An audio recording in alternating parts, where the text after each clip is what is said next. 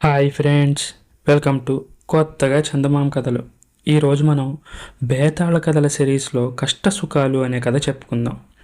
పట్టు వదలని విక్రమార్కుడు మరొకసారి చెట్టు వద్దకు తిరిగి వెళ్ళి చెట్టుపై నుంచి శవాన్ని దించి భుజాన వేసుకుని శ్మశానం కేసి ఎప్పటిలాగే మౌనంగా నడవసాగాడు. అప్పుడు శవంలోని బేతాళుడు, రాజా, రాజులు భోగలాలసులు, వారి బుద్ధి ఎప్పుడూ కొత్త సుఖాలనే కాంక్షిస్తూ ఉంటుంది. నీలాగా ఏ రాజు కూడా శ్రమ జీవితం గడపడు.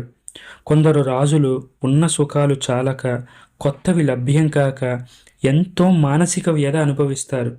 దీనికి నిదర్శనంగా నీకు సత్యజిత్తు మహారాజు కథ చెప్తాను విను అంటూ ఈ విధంగా చెప్పడం ప్రారంభించాడు. హస్తినాపురాన్ని పరిపాలించిన రాజుల్లో సత్యజిత్తు మహారాజు ఒకడు. చంద్రవంశాన పుట్టిన ఈ రాజు కురు పాంచాల దేశాలను చాలా కాలం పాలించాడు. ఆయన కాలంలో దేశం సుభిక్షంగా ఉంది. వానలు సవ్యంగా కురిశాయి. పంటలు చక్కగా పండాయి. ప్రజలకు యుద్ధ భయం, చోర భయం, అగ్ని భయం ఎరుగరు. ధర్మం నాలుగు పాదాల నడిచింది. ప్రజలు చాలా సుఖపడ్డారు. ఇక రాజు సంగతి చెప్పనే అవసరం లేదు. ఆయన వైభోగం ఇంద్ర వైభోగాన్ని మించింది. అన్ని విధాలైన సుఖాలు ఆయన అనుభవించాడు. కానీ రాను రాను ఆయన మనస్సులో ఏదో విచారం వృద్ధి కాసాగింది. కొద్ది కాలానికి ఆయనకు ఆనందించే శక్తి పూర్తిగా పోయింది. రాజవైద్యులందరూ కలిసి కూడా ఆయన విచారాన్ని పోగొట్టలేకపోయారు. మంత్రులు ఆయన, మహారాజా, మీ కోరిక ఏంటో చెప్పండి. అది ఎంత కష్టమైనదైనప్పటికీ దాన్ని సాధించి మీకు ఆనందం చేకూరుస్తాం. మా దగ్గర మీరు దేన్ని దాచవలసిన అవసరం లేదు అన్నారు. రాజు నిట్టూర్చి, నన్ను ఏం చూసి ఆనందించమంటారు? జీవితం పిప్పిలా ఉంది. ఎందులోనూ నాకు కొత్తదనం కనిపించడం లేదు అన్నాడు. రాజుగారికి వైరాగ్యం కలిగిందనుకొని మంత్రులు కొందరు తత్వవేత్తలను రప్పించారు. వారి చేత వేదాంతం చెప్పించారు. కానీ వారి సంభాషణలు రాజుకు మరింత చిరాకు తెప్పించాయి. రాజుగారి మనోవ్యాధికి అసలు మందే లేనట్టు కనబడింది. ఇలా ఉండగా ఒకనాడు రాజభవనానికి శౌనక మహాముని వచ్చాడు. మంత్రులు ఆయనతో రాజు మనస్థితి గురించి చెప్పి, స్వామి, మా రాజుగారికి ఉన్న సుఖాలపై అసంతృప్తి కలిగింది. ఆయనకు కొత్త సుఖాలు కల్పించడానికి మాకు శక్తి చాలకుండా ఉన్నది. మాకేదైనా మంచి మార్గం ఉపదేశించండి అని ప్రార్థించారు. శౌనక మహాముని అంతా విని తల ఊపి, మీ రాజుకు కావలసిన కొత్త సుఖాలు నేను చూపుతాను, మీరేమీ చింతించకండి అన్నాడు. తర్వాత ఆయన లోపలికి వెళ్ళి రాజుని చూశాడు.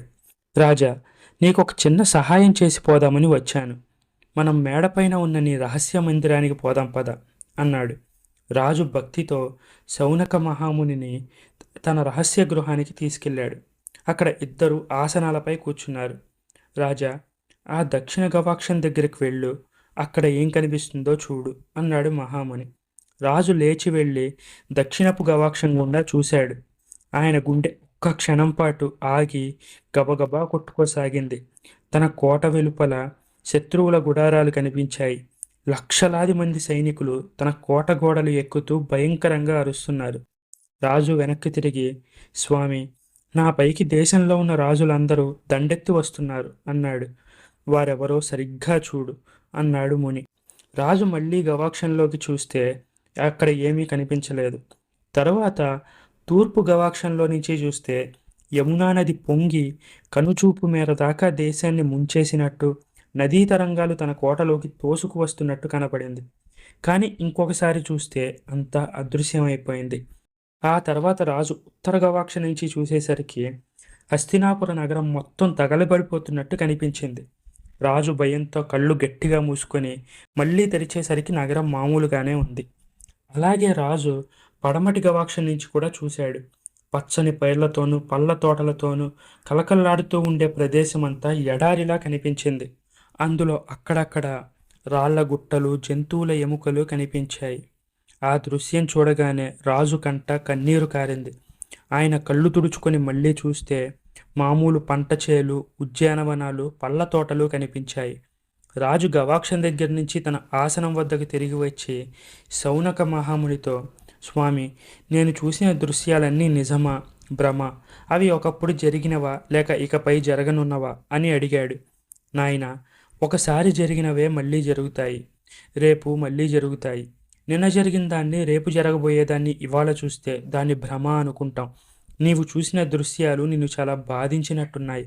నువ్వు వెళ్ళి చక్కగా స్నానం చేసిరా అన్నాడు ముని. రాజు మునిని వెంటబెట్టుకొని తన క్రీడా సరస్సుకు వెళ్ళాడు. ముని దాని ఒడ్డున కూర్చుని ఉండగా రాజు సరస్సులో ప్రవేశించాడు. ఆయన నీటిలో తలముంచిన మరుక్షణం నీరంతా అల్లకల్లోలంగా ఉన్నట్టు కనపడింది. తాను మునిగినది ఒక సముద్రంలో అని, ఆ సముద్రంలో తుఫాను చెలరేగుతున్నదని రాజు గ్రహించాడు. ఆయన ఆ సముద్రంలో పడి ఈదుకుంటూ పెద్ద పెద్ద కెరటాల చేత దెబ్బతింటూ ఒక తీరాన్ని చేరుకున్నాడు. ఆయన తలెత్తి చూసేసరికి అక్కడ కొందరు పల్లెటూరి జనం చేరి ఆయన్ను వింతగా చూస్తున్నారు. ఏంటలా చూస్తున్నారు? నేను హస్తినాపుర రాజును, సత్యజిత్తును, మీరంతా వెళ్ళిపోండి అని వారిని ఆజ్ఞాపించాడు. వాళ్ళు విరగబడి నవ్వసాగారు.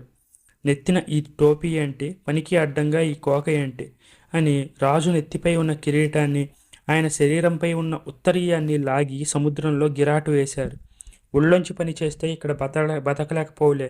ఈ పారలు పలుగులు నెత్తిన పెట్టుకుని మా వెంటరా, ఇవాళకి పొలం పని ముగించి ఇళ్ళకి పోతున్నాం అన్నాడు వాడు. రాజుకు పట్టరాని కోపం వచ్చింది. కానీ చేసేదేమీ లేక నాకు బరువులు మోయడం చేత కాదు అన్నాడు. మనిషివై ఉండి ఎద్దు చేసే పని కూడా చేత కాదంటావే అంటూ ఆ మనిషి అక్కడ ఉన్న పలుగులు పారలు గట్టగట్టి రాజు నెత్తిన పెట్టాడు. రాజు ఆ బరువు మోసుకుంటూ వాడి వెంట వాడి ఇంటికి వెళ్ళాడు. వాడు తన భార్యతో, ఒసేయ్, ఈ మనిషికి మనిషి పని చేత కాదంట, ప్రస్తుతం గొడ్డు పని నేర్చుకుంటున్నాడు. వీడిని మన గొడ్డ సావిట్లో కట్టేసి ఇంత దాణావే అన్నాడు. రాజు ఆ రాత్రి ఉలవ గుగ్గిళ్ళు తిని మరునాటికల్లా ఎద్దుగా మారిపోయాడు. ఆ రైతు రాజు చేత ఎద్దు చేసే పనులు చేయించడానికి ప్రయత్నిస్తే రాజు మొరాయించాడు. రైతుకు కోపం వచ్చి ఆ ఎద్దును కాస్త ఒక నూనె గానుగ వాడికి అమ్మాడు. గానుగవాడు ఆ ఎద్దుకు గంతలు కట్టి గానుక్కు కట్టి అహోరాత్రాలు పని చేయించాడు. ఎద్దు ఆగినప్పుడల్లా కొరడాతో కొట్టాడు. ఆ ఎద్దు రోజుకు 2 సార్లు మాత్రమే మేత తినడానికి ఆగేది. ఇలా ఒక 5 సంవత్సరాలు గడిచాక ఒకనాడు గానుగ పైకప్పు కూలి ఎద్దుకు స్పృహ వచ్చింది. తిరిగి స్పృహ వచ్చేసరికి రాజు మనిషి రూపంలో కొత్త దేశంలో ఉన్నాడు. అంత దూరాన కోనేటి దగ్గర ఆడవారు బట్టలు ఉతుకుతూ స్నానాలు చేస్తున్నారు. రాజుకు విపరీతంగా ఆకలి అవుతుంది. అంతలో ఎవరో ఒక వ్యక్తి రాజును సమీపించి, ఎవరు నువ్వు, ఈ దేశం వాడివి కావే అన్నాడు. కాను, నాకు ఆకలి అవుతుంది అన్నాడు రాజు. ఈ దేశంలో భార్య పెడితే తప్ప ఎవడికి తిండి ఉండదు. నీకు భార్య ఉందా అన్నాడు ఆ వ్యక్తి. ఎక్కడో మా దేశంలో ఉంది అన్నాడు రాజు. అయితే ఒక ఒంటరిదాన్ని చూసి వెంటనే పెళ్ళాడు, నీకు తిండి దొరుకుతుంది అన్నాడు ఆ వ్యక్తి. రాజు కొంచెం సేపు ఆలోచించి ఏమీ పాలుపోక, పెళ్ళాడడం ఎలా అని వాణ్ణి అడిగాడు. ఆ నీలాటి రేవు నుంచి వచ్చే ప్రతి ఆడదాన్ని నీకు పెళ్ళయిందా లేక ఒంటరి స్త్రీవా అని అడుగు. ప్రతి స్త్రీని అడగాలి సుమా, ఎవరినీ వదిలిపెట్టరాదు. వారిలో ఒంటరి మనిషి ఎవరైనా ఉంటే వెంటనే నీకు ఆమె భార్య అవుతుంది అంటూ ఆ వ్యక్తి ముందుకు సాగి వెళ్ళాడు. రాజు అక్కడే నిలబడి నీలాటి రేవు వైపు చూశాడు. అక్కడ ఒక అందగత్తె బిందె చంకన పెట్టుకుని అటుగా వచ్చింది. అమ్మాయి, నీకు పెళ్ళైందా లేక ఒంటరి దానివా అని అడిగాడు రాజు. కిందటి సంవత్సరమే పెళ్ళైంది అంటూ ఆమె ముందుకు సాగింది. ఆ వెనకనే ఒక వృద్ధురాలు వచ్చింది. రాజు భయపడుతూ ఆమెను కూడా అలాగే ప్రశ్నించాడు. పెళ్ళి అయిపోయింది నాయన అంటూ ఆమె వెళ్ళిపోయింది. ఆమె వెనక ఒక 80 ఏళ్ల బోసినోటి ముసల్ది చేతికర్ర పట్టుకుని వచ్చింది. రాజు నవ్వుతూ ఆమెను కూడా అలాగే అడిగాడు. నేను ఒంటరిదాన్ని, ఇంటికి పోదాం పద అంటూ ఆ ముసలామె రాజు చెయ్యి పట్టుకుంది. రాజు విడిపించుకోవడానికి ప్రయత్నించేసరికి ఆ ముసల్ది గొంతెత్తి నలుగురిని కేకలు పెట్టింది. ఈ లోపల రాజు ఎలాగో తప్పించుకొని కోనేటి వద్దకు పరిగెత్తి అందులో దూకేశాడు. రాజు నీటిలో నుంచి మళ్ళీ పైకి తేలేసరికి తన క్రీడా సరస్సులోనే ఉన్నాడు. గట్టున ముని మాత్రం లేడు. ఆయన స్నానం ముగించి ఇంట్లోకి వచ్చేశాడు. కానీ ఆయనకిప్పుడు ఏది చూసినా ఆనందంగానే ఉంది. తన ఇల్లు స్వర్గంలా ఉంది. భార్యలు అప్సరసల్లా ఉన్నారు. తిండి అమృతంలా ఉంది. పరిచారకులు దేవతల్లా కనిపిస్తున్నారు. బేతాళుడు ఈ కథ చెప్పి, రాజా, నాకొక సందేహం. శౌనక మహాముని రాజు మనోవ్యాధిని ఎలా పోగొట్టాడు? ఆయన రాజుకు కొత్త సుఖాలు చూపడానికి బదులు కష్టాలు చూపడానికి కారణం ఏంటి? సమాధానం తెలిసి కూడా చెప్పకపోతే నీ తల పగిలి 1000 ముక్కలవుతుంది అన్నాడు. సుఖాలన్న వాటికి పరిమితి లేదు. సత్యజిత్తుకు అన్ని సుఖాలు ఉండి కూడా అనుభవించే శక్తిని కోల్పోవడం చేత మనోవ్యాధి పాలయ్యాడు. శౌనక మహాముని కొత్త సుఖాలను చూపిన త్వరలోనే వాటికి రాజుకు మొహం వచ్చేది.